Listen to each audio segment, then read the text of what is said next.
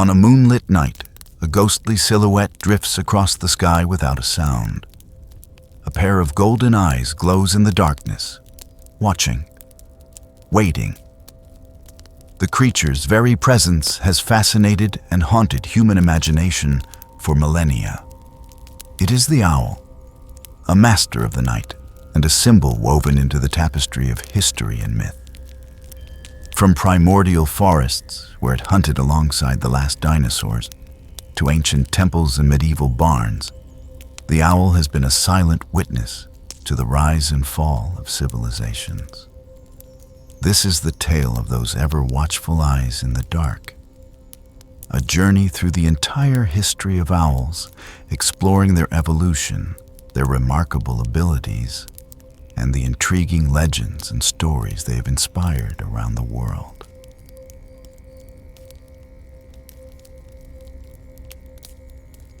In this story, we will travel across eons and continents.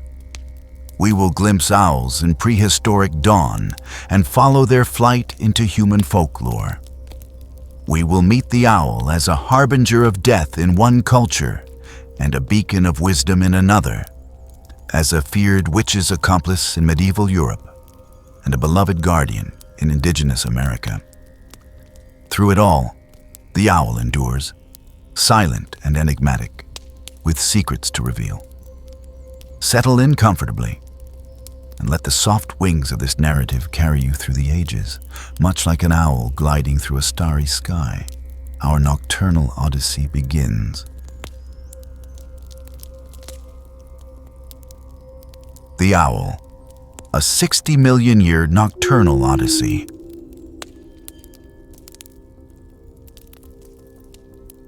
Our story opens in a world unimaginably distant, over 60 million years ago, not long after the age of dinosaurs ended. In dense prehistoric forests shrouded in darkness, early owl-like birds took to the skies. Paleontologists have discovered that owls are an ancient lineage, with fossils from the Paleocene epoch about 60-58 million years ago, showing the unmistakable bones of proto-owls. These primeval owls lived just after the cataclysm that wiped out the giant reptiles, suggesting their ancestors may have been present in the late Cretaceous alongside T-Rex and Triceratops. Imagine one of those early owls perched in a primitive jungle, its big eyes scanning for prey as strange mammals scurry below. Though life on Earth had been devastated, these agile hunters thrived in the new nocturnal niches of the post-dinosaur world. Fossil records reveal fascinating clues about the early evolution of owls. One 55-million-year-old skeleton, nearly complete, shows an owl as large as today's snowy owl, but with different talons. Its hind toes were unusually big. Scientists believe this indicates a different hunting style. Unlike modern owls that typically kill prey with a bite of the beak, this ancient owl, Primoptynx poliotauros, had gripping talons more like a hawk or eagle and likely hunted in daylight, striking and piercing its prey with powerful feet. It's a startling thought. The earliest owls might not have been night stalkers at all, but daytime predators swooping under the sun.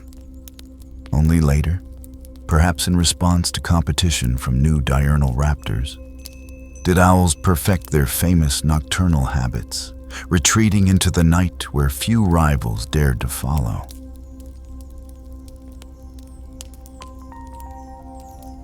By the Miocene epoch, some 20 to 30 million years ago, owls had diversified into many of the forms we recognize today.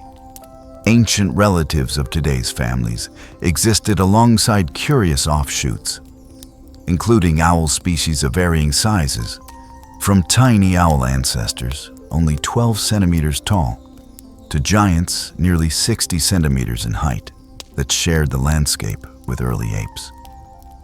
Over the ages, owls spread across the globe. Today their order, Strigiformes, comprises roughly 250 species found on every continent except Antarctica.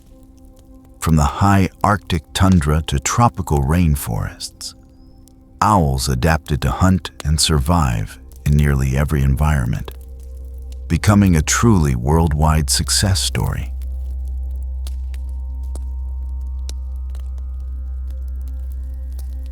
What makes an owl an owl?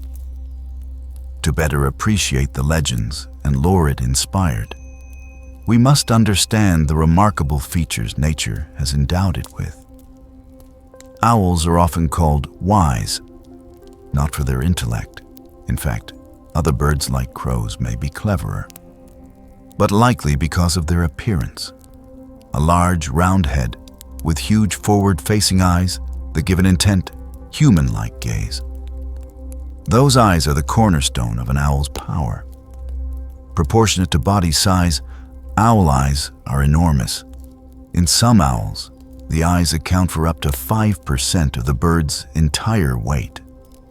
By comparison, your own eyes are a mere 0.0003 of your weight. A great horned owl weighing only 4 pounds has eyes that together weigh more than the eyes of a 200-pound human. These eyes are specially adapted for night vision, packed with rod cells that detect faint light and movement at a ratio of about 30 rods for every cone cell.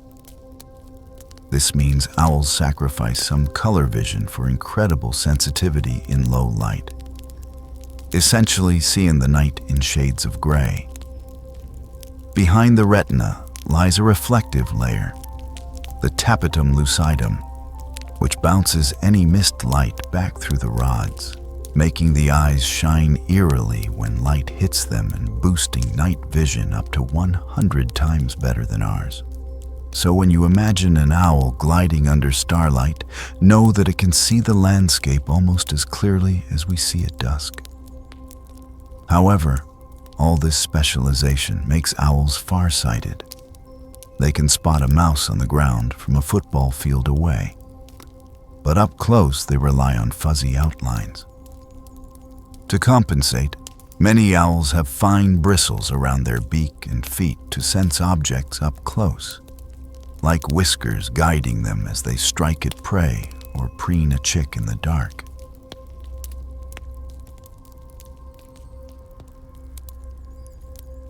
Those forward-facing eyes give owls excellent binocular vision, an overlapping field of view for depth perception, much like humans.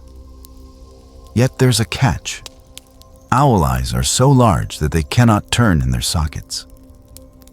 If an owl wants to look left or right, it must move its whole head. Evolution brilliantly solved this with perhaps the owl's most famous trick, an almost supernatural neck flexibility. Owls have twice as many neck vertebrae as we do, 14 instead of 7, and special adaptations in their bones and blood vessels. As a result, an owl can swivel its head about 270 degrees in either direction, plus tilt it up and down 90 degrees.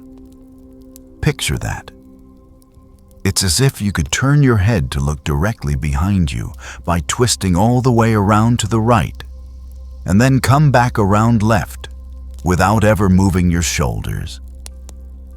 An owl's neck arteries are uniquely structured to avoid cutting off blood flow when torqued.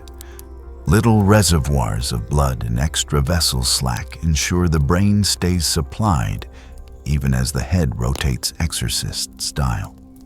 So while an owl can't literally spin its head full circle, it comes close enough to seem truly uncanny. One moment its face looks forward, then with a smooth motion it's looking straight backwards, eyes unblinking. Many a person walking at night has felt a jolt upon realizing that a tree knot they passed was actually an owl that turned its head to watch them go by.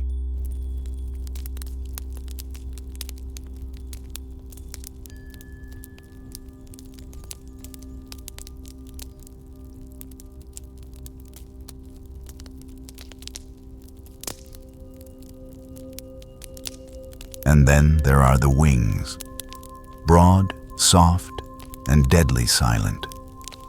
Owls are stealth itself on the wing. Unlike most birds that produce a flurry of flapping noise, an owl's flight can be nearly inaudible. Their wing feathers have comb-like serrated edges on the leading sides that break up the air turbulence into smaller streams, preventing the loud whoosh of air that wings usually make. A flexible fringe on the trailing edge further muffles sound, and the feather's surfaces have a velvety down that absorbs what little noise remains. Additionally, owls have unusually large wings relative to their body weight, allowing them to fly very slowly and glide often. A barn owl, for example, can float forward at just 2 miles per hour without stalling. Combining these traits, an owl in flight is an almost ghost-like presence. Prey usually never hear the owl coming until it's too late, and even an owl's own ears aren't overwhelmed by the sound of its flapping. This silent flight is so critical that it evolved in tandem with owls' hunting strategies. Species that hunt mammals at night, which have good hearing, have the most sound dampening on their feathers, whereas those that hunt noisier prey or in daylight, like fish or insects, have fewer silencing adaptations. Next time you're outside on a quiet night, imagine that above you an owl might be passing overhead, and you'd never know.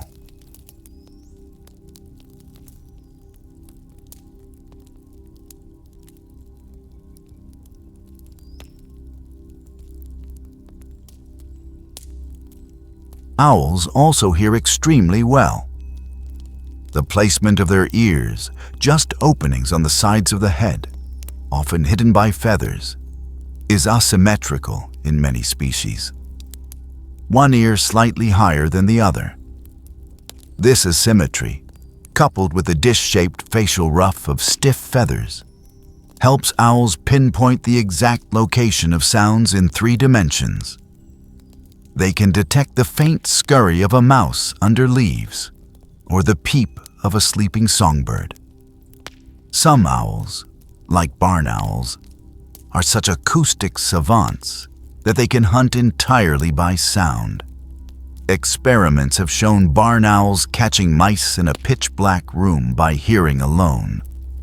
To the owl, the dark is not an obstacle, but a familiar backdrop in which its other senses paint a vivid picture of the world.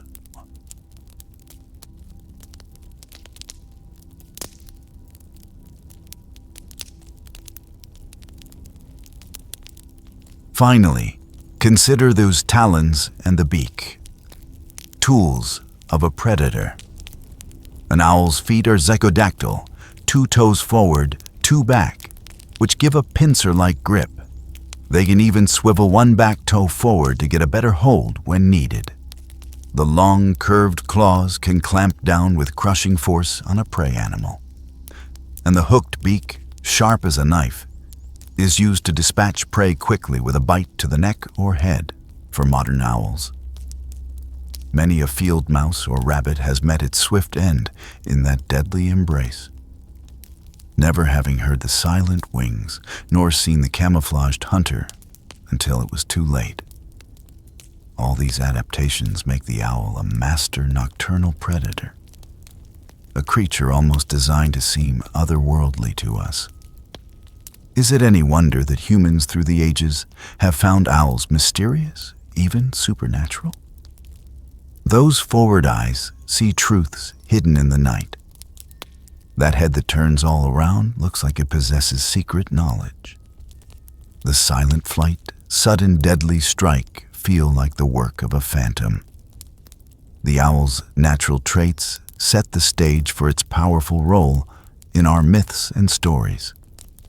To truly understand our relationship with these birds, let's follow the owl as it enters human history, from ancient worship to medieval fear and beyond.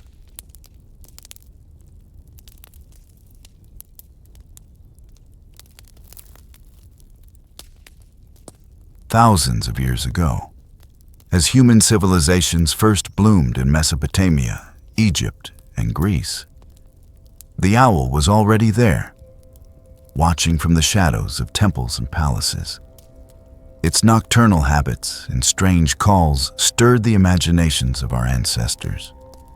In many early cultures, the owl became a symbol connected with the mysteries of night, death, and the spirit world, yet also with wisdom and protection.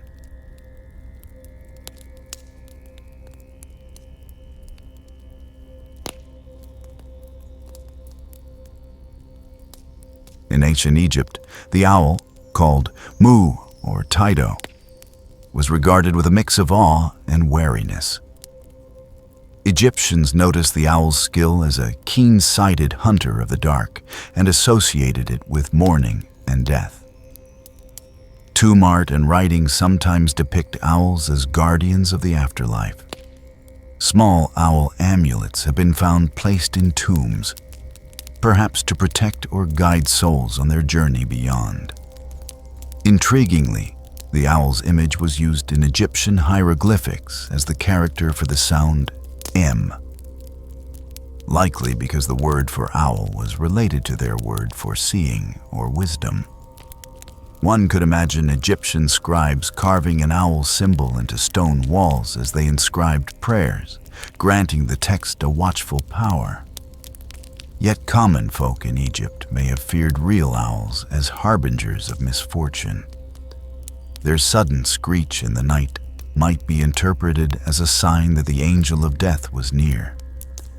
To this day, in many Middle Eastern traditions, owls are seen as birds of ill omen. An old Arabic belief held that a restless, unavenged spirit might take the form of an owl, called al-Sada, the death owl, which would haunt the grave of a murder victim and hoot until vengeance was fulfilled. Such eerie tales gave the owl a reputation as an embodiment of unsettled souls and evil spirits in that region.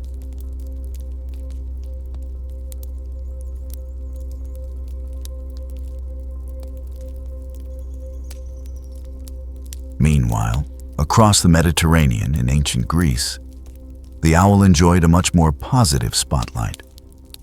The Greeks saw wisdom in the owl's great eyes and nocturnal vigilance. It became the sacred bird of Athena, goddess of wisdom and war strategy.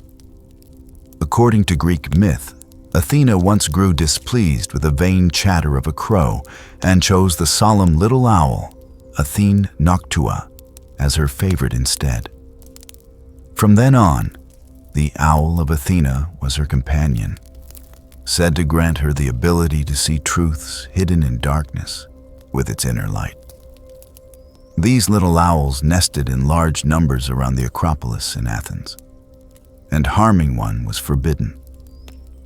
Owls became symbols of protection and guidance. Greek soldiers heading into battle took heart if an owl flew over the ranks, seeing it as Athena's blessing and a sign of coming victory. In art and coinage, the owl appeared everywhere.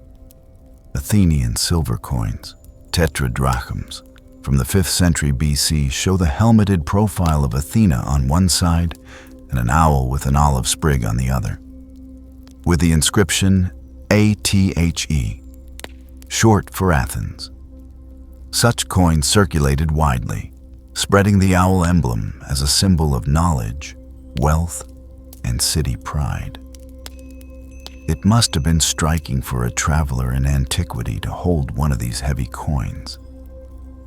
The owl's wide eyes staring from the silver, implying that wisdom and prosperity go hand in hand.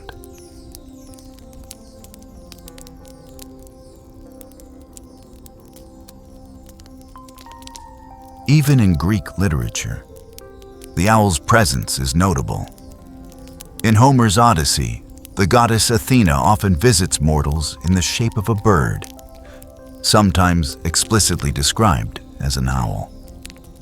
The haunting call of owls in the nighttime was poetic shorthand for loneliness or ominous happenings. Yet on the whole, Greek culture honored the owl. To have an owl of Athena meant to be insightful. And the very word for a wise person in Latin, strix, originally meaning owl, later informed scientific names for owls and words like astute. The Romans, inheriting much from the Greeks, also recognized the owl's tie to Minerva, their version of Athena, and wisdom. However, Roman folklore took a more superstitious turn regarding owls. The sight of an owl or the sound of its hoot was often feared as an omen of death among Romans. Historian Pliny wrote that owls would enter the forum at night as a warning of ill fortune. It was said that several Roman emperors' deaths were foretold by hooting owls. Romans practiced grim counter-magic. If an owl was seen, they might nail its corpse to the doorway of a house, believing this would ward off whatever evil the owl's presence signified. In one legend, the defeat of Marcus Crassus's army at the Battle of Carrhae was presaged by an owl alighting on the Roman battle standards, a sign of doom.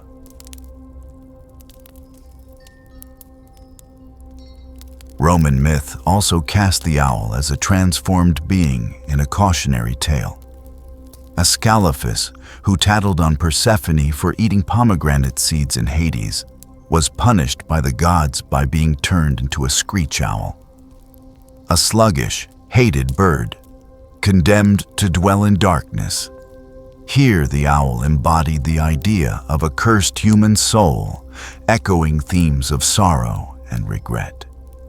And common Roman folk belief held that witches could shapeshift into owls to suck the blood of infants at night, linking the bird to witchcraft and the supernatural. Thus, in the classical world, the owl straddled a line between revered symbol and ill-omened specter, protector of armies and sages on one talon, herald of death on the other.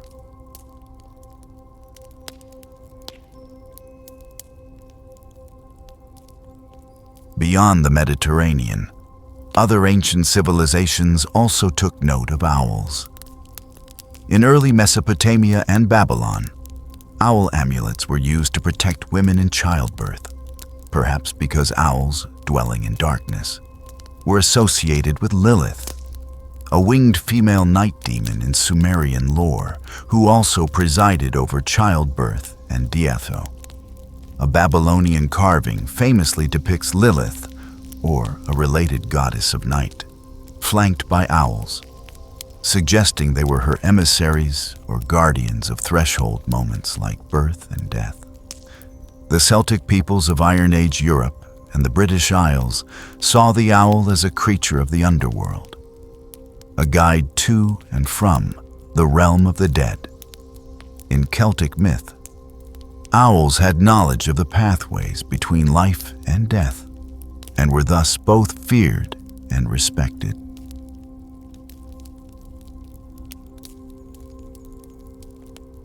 One remarkable ancient account comes from Carthage in North Africa. When a Sicilian tyrant, Agathocles, attacked and overran Carthage's army in 310 BC, he reportedly released a flock of owls over his own troops.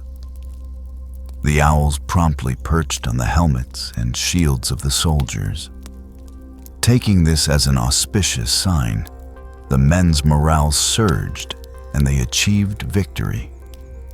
Ever after, Carthaginians remembered the owl as a creature that could bless an army with triumph if it so chose.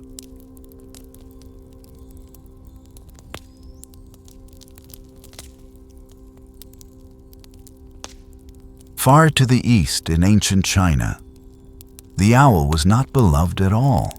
In fact, it was seen as a symbol of violence and ill fortune.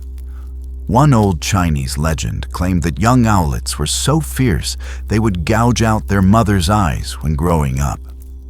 The owl's hoot in Chinese, in some dialects, was said to sound like the word for digging a grave. And an owl settling on a roof was believed to portend a family member's death. People in some regions were so frightened of owls that they avoided even speaking the creature's name, referring to it only as the ominous bird or the bird that makes you afraid. To ward off the perceived bad luck, Chinese families would sometimes hang owl effigies or paintings on their rooftops, ironically using the image of the owl itself as a talisman to scare away real owls and the misfortune they brought. Still, not all Chinese associations with owls were negative. Some linked owls with thunder and lightning, perhaps due to their sudden appearance in storms. And placing ceramic owl figures at the corners of a house was thought to protect it against lightning strikes. Moreover, the Chinese recognized the owl as one of excessive yang, bright, active energy, essentially a creature too charged with raw power, needing careful respect. It's fascinating how in one part of the world, an owl could be a mascot of wisdom, and in another, a dreaded demon bird.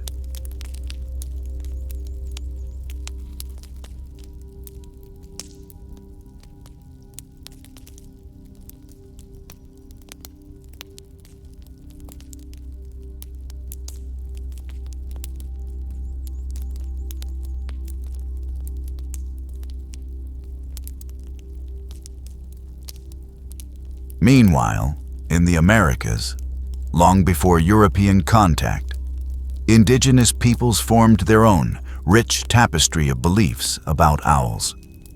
To the Mayans and Aztecs of Mesoamerica, owls were often seen as messengers of the underworld.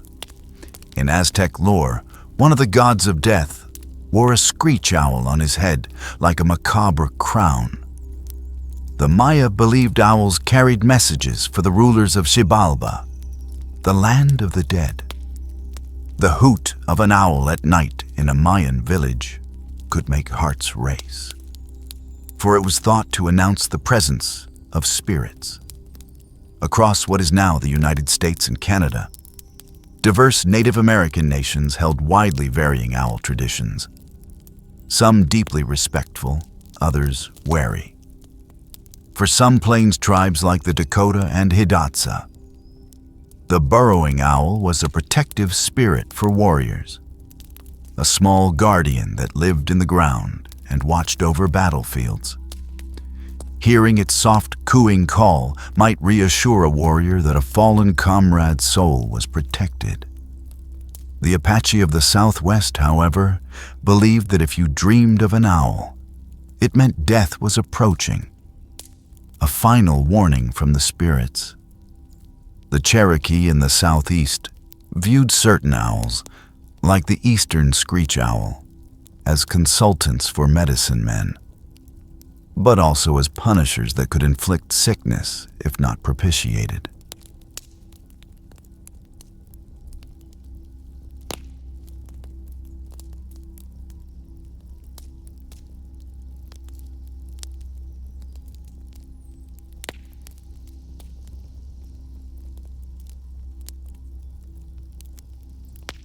In some beautiful legends, owls are creators or nurturers. The Menominee of the Great Lakes tell of a great contest between a rabbit and an owl over whether it will be day or night. The clever rabbit won, bringing daylight, but allowed nighttime as a concession so the owl could also have its realm, thus establishing the balance of day and night. The Inuit of the Arctic have a touching myth of how a snowy white owl came to be. They say a little girl was magically transformed into a bird. But frightened by her new wings, she flew clumsily into the side of a house. Her face was flattened and her nose became a beak, and so she remained, the first owl. To this day, the Inuit note the owl's flat visage and say it was once a human child. Some Inuit even keep small owls as pets, calling the boreal owl the blind one for its tameness in daylight. For them, the owl is not a monster, but almost a family member, a benign, even helpful spirit. The Hopis of the Southwest have Kachina spirits in the form of burrowing owls, whom they name Koko, watcher of the dark, a god of the dead and protector of seeds in the earth. On Hopi mesas, the deep hoot of a great horned owl at night is welcomed, believed to help their peach crops grow in the desert climate. The Zuni people have a charming custom. They place an owl feather next to a baby so that the child will sleep soundly, watched over by the owl's spirit. Think of that. While some cultures trembled at an owl's call, others invited the owl's essence right to the cradle to bless their infants with peaceful sleep.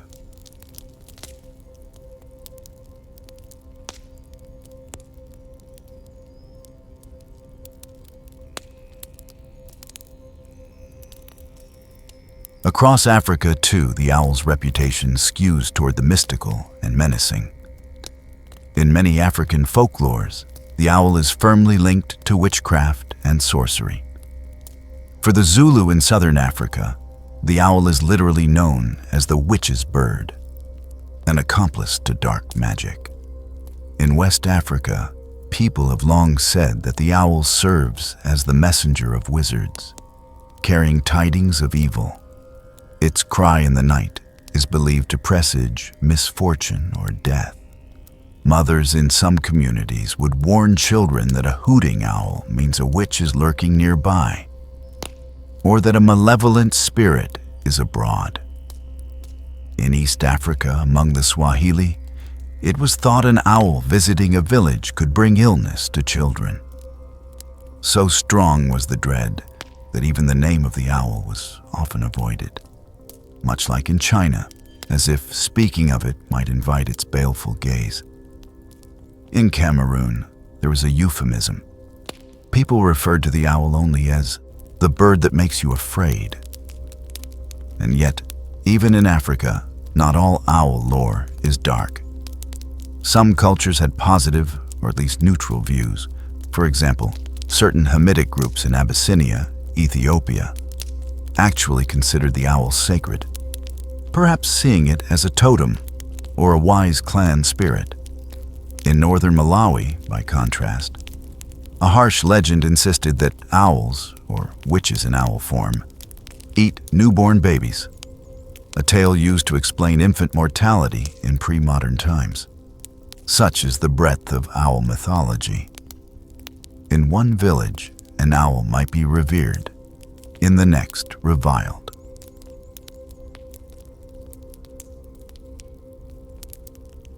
Amid these worldwide beliefs, a few particularly famous owl legends stand out. One is the tale of how the owl saved the life of one of history's greatest conquerors, Genghis Khan. The story comes from Mongolian folklore of the 12th century. Genghis Khan, before he rose to power, was once fleeing enemies at night, injured and desperate. He hid in a thicket or small coppice of trees. His pursuers were close behind, combing the area. At that moment, a barn owl flew to the thicket and settled on a branch just above the hiding Khan. When the enemy soldiers arrived, they saw the owl and thought, "There cannot be anyone here." An owl would not perch so calmly if humans were nearby. The pursuers moved on, and Genghis Khan's life was spared. In gratitude and awe, he decreed that henceforth the owl was to be held sacred among his people. The Kalmuk Mongols in particular venerated owls for this reason, believing every owl carries a spark of that divine intervention. It's a powerful image. A humble owl inadvertently changing the course of history by simply being itself. A quiet guardian in a moment of danger. Similarly, in Russia, folk belief said carrying an owl's claw could help a soul climb to heaven if one died. And this was actually practiced by hunters who would wear owl claws as talismans. The Kalmuk and Tartar shamans sometimes even dressed in owl feathers or claimed to take owl form, invoking the creature's spiritual power for healing or prophecy.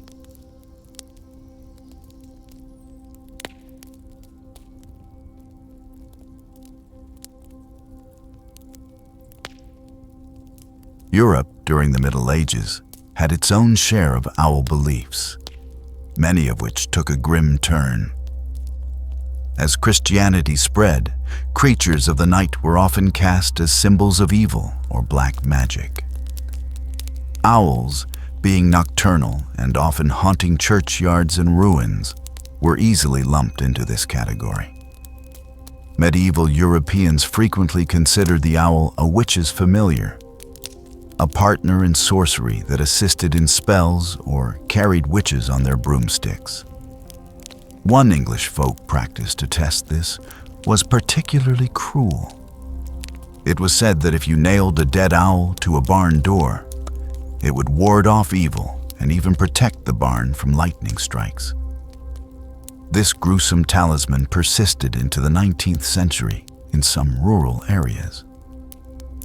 Owls appearing around homes at night, especially the barn owl with its hissing screech, were feared as omens of death. An owl's cry near a window where someone was ill often was taken to mean the person would soon die. In an era with limited medical knowledge, such superstitions took deep root. The sudden, unearthly shriek of a barn owl flying past a lamplit cottage could send shivers down the spine of even a stoic farmer, convinced that the bird of doom had just announced a tragedy. The literary poets of the 18th and 19th centuries, like Robert Blair and William Wordsworth, tapped into this fear, frequently using the owl's call as a symbol of mourning or foreboding in their poems.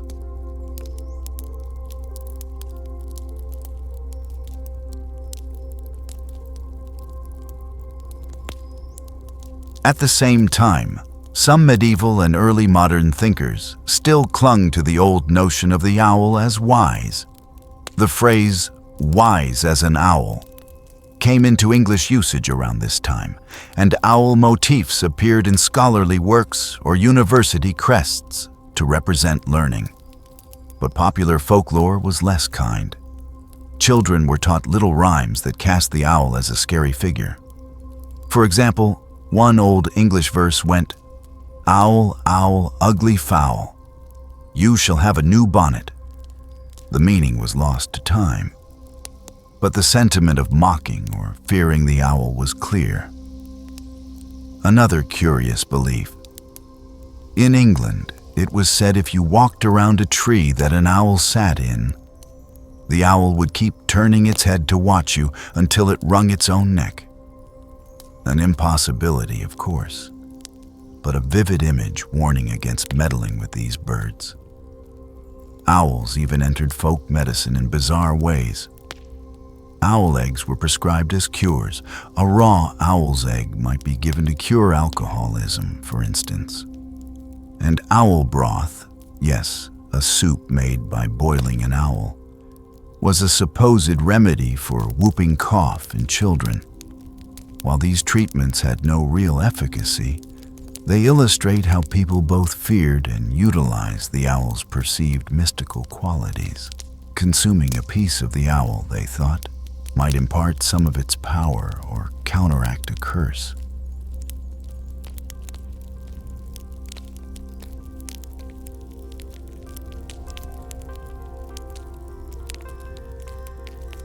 Yet by the age of enlightenment, 18th century, the tide toward superstition began to turn. As naturalists and scientists closely observed and documented wildlife, owls were scrutinized not as omens, but as animals. Writers like Gilbert White, in The Natural History of Selborne, 1789, described the behavior of owls in detail, demystifying them. The mystery around owls slowly yielded to factual understanding, at least in educated circles. They noted how the barn owl's shriek could be mistaken for a banshee, but offered natural explanations. The result was that by the 19th and especially the 20th century, in Western countries, many old superstitions faded. The owl was rehabilitated in the public mind, returning to the classical image of a sage creature. It helped that owls are undeniably beneficial to humans. They are rodent killers extraordinaire, keeping barns and fields free of mice and rats.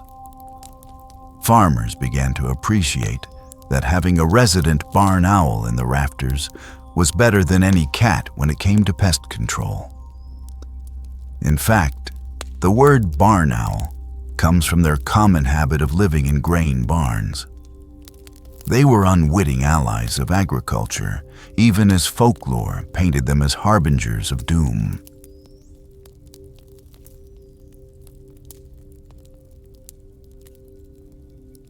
As we move into more recent centuries, the relationship between people and owls took on new dimensions, sometimes touching, sometimes curious. Let us pause our historical journey to recount a few remarkable true stories involving owls that highlight the enduring fascination these birds inspire. One famous tale is that of Florence Nightingale and her pet owl. Florence Nightingale, the pioneering nurse of the Crimean War era, mid-19th centuries, was known as the Lady with the Lamp. But she also might be dubbed the Lady with the Little Owl. In 1850, a young Florence, then just 30, was touring the Parthenon in Athens, Greece, when she spotted a group of boys tormenting a tiny owlet that had fallen from its nest amid the ancient ruins. Florence's heart went out to the helpless, fluffy creature. She shooed away the boys and gently rescued the owlet, which fit in the palm of her hand. She named the owl Athena, in honor of the Greek goddess associated with owls and wisdom. For the next few years, Athena became Florence's constant companion, an unlikely but devoted pet. Back in England, Florence tamed the little owl and cared for her with utmost tenderness. Visitors to the Nightingale home would see Athena perched on Florence's shoulder or tucked snugly in the pocket of her apron, peeking out with wide, curious eyes. Florence even trained the owl to do charming tricks. Athena would bow and curtsy on command like a polite little lady. However, she was also fiercely protective of her mistress. It's said Athena would screech and dive bomb at anyone she disliked who came too close to Florence, delivering nips with her beak. The bond between woman and owl was so strong that when Florence departed for the Crimea to tend to wounded soldiers, she couldn't bring Athena along to the battlefront. Instead, she left the owl in her family's care. Tragically, in Florence's absence, the domesticated Athena pined and refused to eat properly. By the time Florence realized and returned, it was too late. Her beloved owl had died, apparently of loneliness. Heartbroken, Florence had the tiny body carefully preserved by a taxidermist so that Little Hoot, as she sometimes called her, would remain with her in some form forever. To this day, if you visit the Florence Nightingale Museum in London, you can see a small glass case displaying a somewhat tatty but still recognizable little owl. Athena, the cherished pet who has outlasted her mistress by over a century and a half. The story of Florence Nightingale and Athena is a gentle reminder that even a figure as iconic and serious as Nightingale had a soft spot for an owl. It humanizes her and shows the owl in a very different light, not as omen or symbol, but as a living creature capable of affection and personality, enough to steal the heart of a Victorian lady.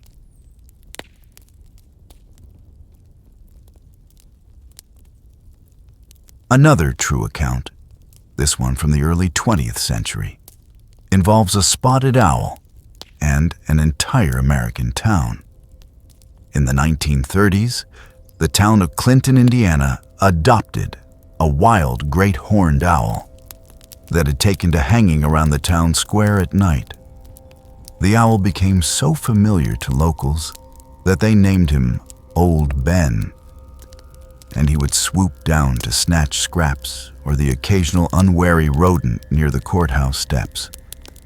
Townsfolk grew protective of Old Ben. School children would warn newcomers, "Don't you dare hurt our owl." And he in turn became unusually tame, perching on lampposts as people passed. The owl lived there many years, beloved as a sort of feathery mascot. When Old Ben eventually died, found at the base of his favorite tree one winter morning, the saddened citizens gave him a little funeral procession and monument, honoring the owl who had been a nightly guardian of their town. The tale of Old Ben is lesser known, but it shows how, once fear and superstition are stripped away, people can form real community affection for an owl, the same as one would for a town dog.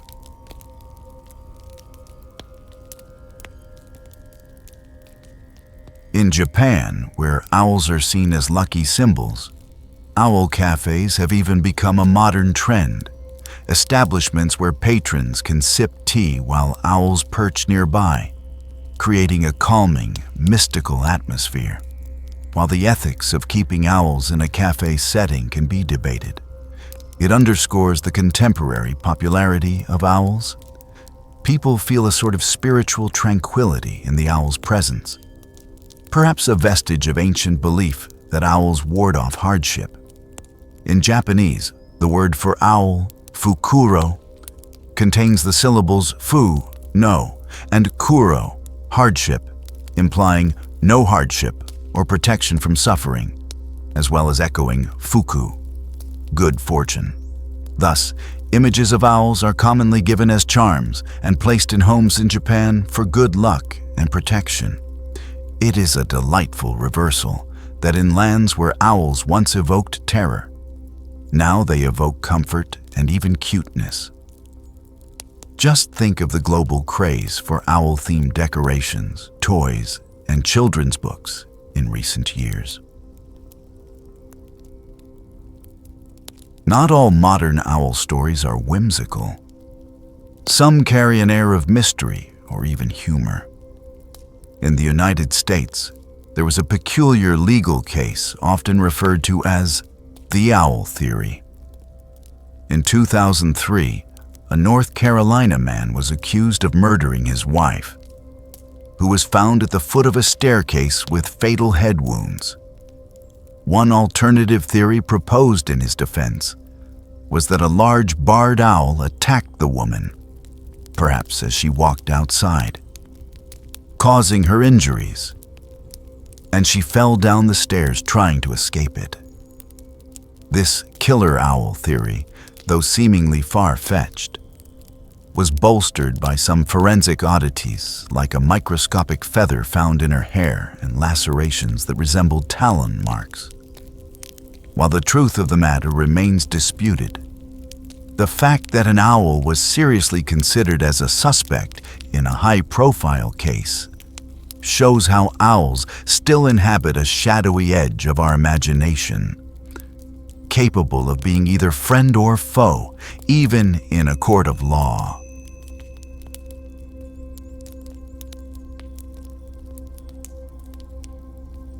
On a lighter note, consider the story of Flaco, the Eurasian eagle owl of Central Park. In early 2023, Flaco escaped from the Central Park Zoo in New York City after vandals damaged his enclosure.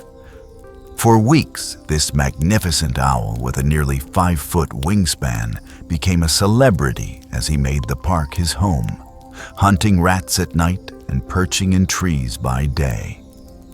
New Yorkers brought out telescopes and cameras to catch sight of Flaco's bright orange eyes peering down from an oak branch. Many worried he wouldn't survive since he'd been captive bred. But Flaco proved them wrong by swiftly honing his hunting skills. Ultimately, zoo officials decided to cease recapture efforts and allowed Flaco to remain free, a rare case of an escapee being granted permanent liberty. Flaco's saga captivated thousands and perhaps spoke to something deep in the urban soul. The owl, symbol of wild nature and freedom, had chosen the city's greatest park as its domain and was thriving against the odds. It was as if a bit of ancient wilderness had flitted into Manhattan on silent wing, reminding everyone that even in the city that never sleeps, the creatures of the night still hold sway.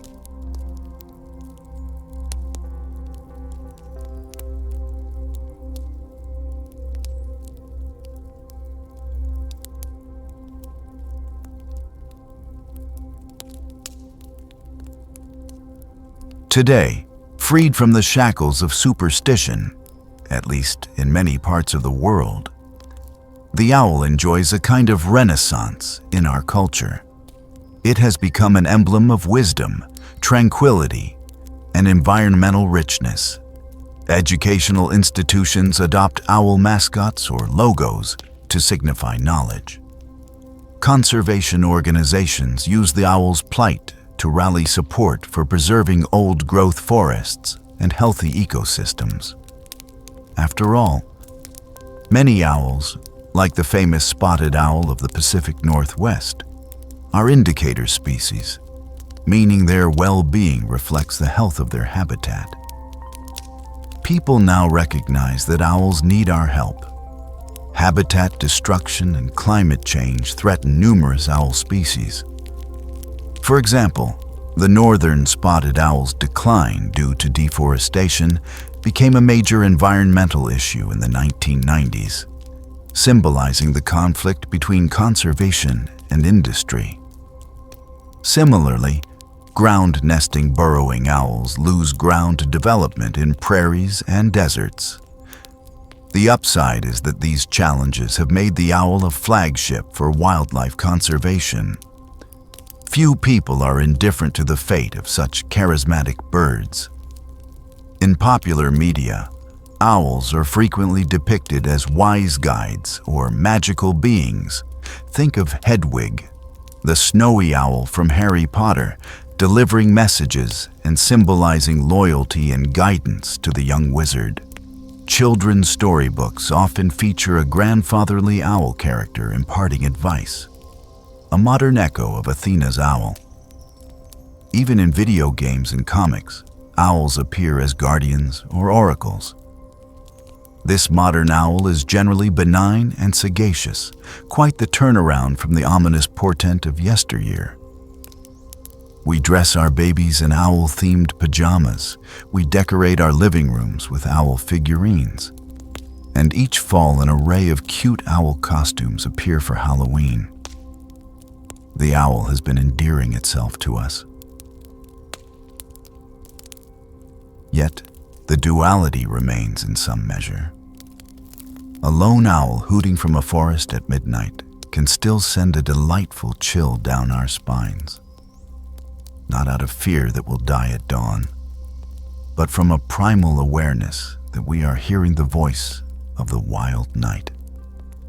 It's a beautiful and slightly eerie sound that evokes mystery. Part of the owl's allure is exactly that balance of beauty and mystery. We know rationally it's just a bird, but it feels like something more. A spirit of the woods, perhaps, or a reminder of our connection to nature's cycles of day and night, life and death, known and unknown. Consider also how owls feature in our language. We call a studious person a night owl, borrowing the bird's habit of staying up through the wee hours. We talk about being owl-eyed to mean observant from the owl's keen vision, Or say owlish to describe someone's face when they put on big round glasses or have a solemn look.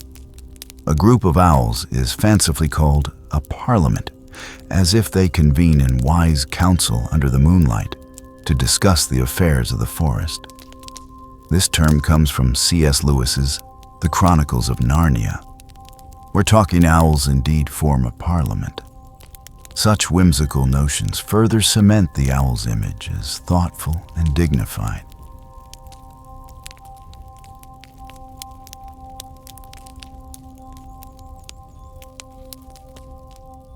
Our journey with the owl, from the dawn of time to the present, has been long and illuminating.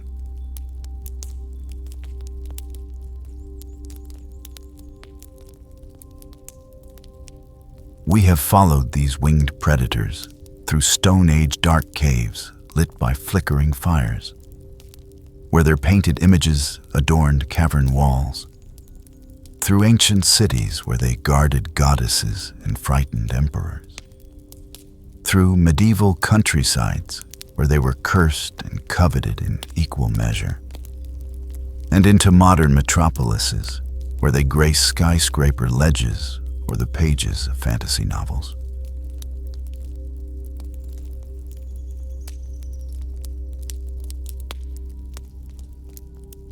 Through it all, the owl remains itself, changeless in its essence even as human views about it evolved.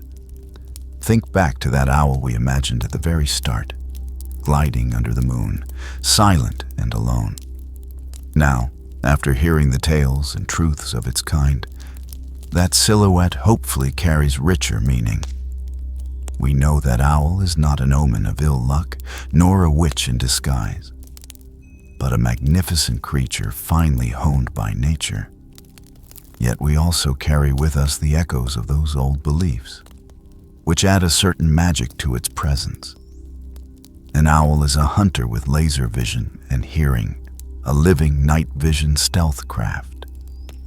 It's also Athena's emissary, a guardian spirit in the dark, a symbol of wisdom, a lullaby for Zuni babies, and a muse for poets. It wears all these roles like layers of mythic plumage. The next time you hear an owl's hoot or trill after midnight, you might recall a few of the stories from this script. Perhaps you'll remember that somewhere far away, another person hearing an owl might be smiling, thinking it brings good fortune, or someone else might be whispering a prayer, uneasy at the sound.